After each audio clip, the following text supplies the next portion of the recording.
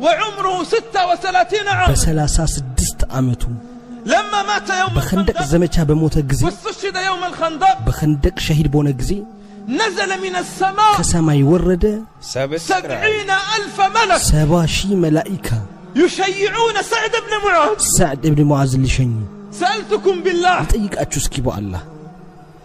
أسلم وعمره 30 عاما 30 ዓመቱ ሆኖ ሰለመ مات وعمره 36 عام 36 ዓመት ሲሆነው ሞተ ما الذي صنعه سعد سعد من بيسرا ነው في 6 سنوات ዓመታት ውስጥ حتى ينزل من السماء 70,000 ملك ከሰማይ 70,000 ملائكة ወርዶ ጀናዛውን የሚሸኘው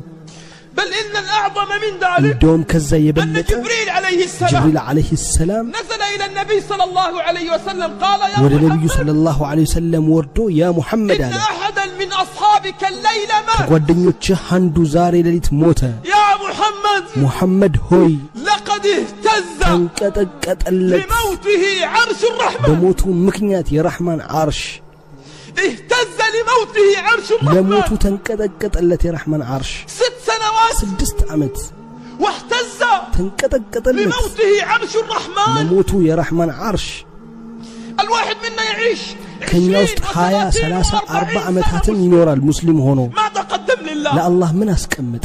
الواحد منا يبلغ ከኛ 50 ውስጥ 50 60 ዓመት ሆኖ ሙስሊም ماذا ይደርሳል قدم لله ምን አስቀመጠ وأين همته የታለ ትኩረቱ أين همته في የታለ طريقه ትኩረቱ لصلاة ወደ الفجر ሰላት الفجر ለመሄድ 6 سنوات 6 ዓመታትን اهتز لموته عرش ለሞቱ ግን الرحمن የረህማን ዓርሽ ونحن ተንቀጠቀጠ السنين التي እኛ تمضي ዓመታት ይሄድብናል እንደሰታለን እድሜያችን በመጨመሩ እንደውም ልደት እናደርጋለን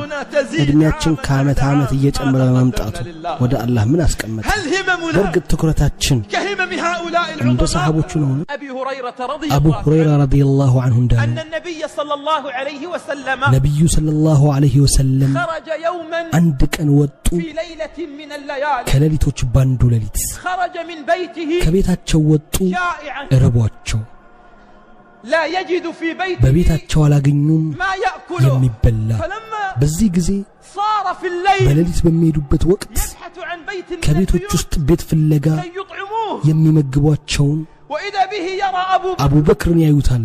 قال يا أبا بكر አቡበክር ሆይ አሉት ما الذي أخرجك في هذا الوقت በዚህ المتأخر በረፈደ ሌሊት ከቤት ያስወጣህ ምንድነው قال يا رسول الله አለ የአላህ መልእክተኛ والله ما أخرجني من البيت إلا الجوع ወላሂ ከቤት ያስወጣኝ ረሃብ ነው قال حتى أنت يا أبا بكر አንተም ያ አቡበክር አሉት خرجت من الجوع ረሃብ ከቤት አስወጣህ فصار أبو بكر አቡበክርን የአላህ መልእክተኛ በሌሊት መጓዝ ጀመሩ الناس نيام ሰዎች ተኝተው وأبو بكر ورسول الله አቡበክርን የአላህ መልእክተኛ መመግባቸው ፍለጋ وإذا بهم يلقيا في الطريق من መንገድ ላይ ማንን አገኙ ዑመርን قال አሉ رسول الله يا عمر የአላህ መልእክተኛ ما الذي أخرجك في الليل በዚህ ሌሊት ምን አወጣ قال يا رسول الله አለ والله የአላህ መልእክተኛ ወላሂ ما أخرجني إلا ያለ ረሃብ ምንም አላወጣኝም رسول الله የአላህ መልእክተኛ وأبو بكر አቡበክርም وعمر ዑመርም ሆነው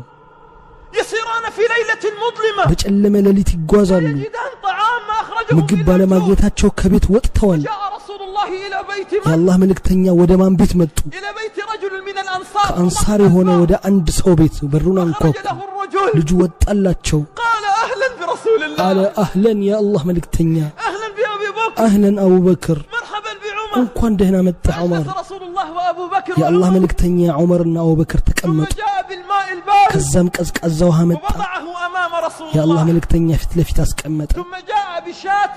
ከዛም فذبحها ፍየል አመጣና አረዳት ثم قام بشيئها ከዛ ስጋዋን አመጣና فقدمها إلى أبي بكر وعمر ورسول الله ለአቡበክር ለዑመርና ለአላህ መልእክተኛ ሰጠ فأكل رسول الله حتى شبع የአላህ መልእክተኛ እስኪጠግቡ በሉ وأكل أبو بكر حتى شبع አቡበክርም እስኪጠግቡ በሉ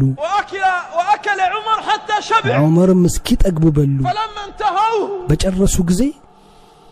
نظر رسول الله የአላህ መልእክተኛ ተመለከቱ إلى الماء البارد ወደ ቀዝቃዛው ውሃ وإلى الشاة ወደ المذبوحة ታረደችው ፍየል ثم نظر إلى أبي بكر وإلى عمر ከዛም ወደ አቡበክርና ወደ ዑመር قال ዞሩ والله አሉ በአላህ ይሁንብኝ والله ወላሂ لتسألن يومئذ عن النعيم በተሰጣችሁ ጸጋ የመጽአት ቀን ትጠየቁበታላችሁ الله يسألني عن السمع يسألك عن السمع يلي تسمع الأغاني والله العظيم ما دمر قلوبنا للأغاني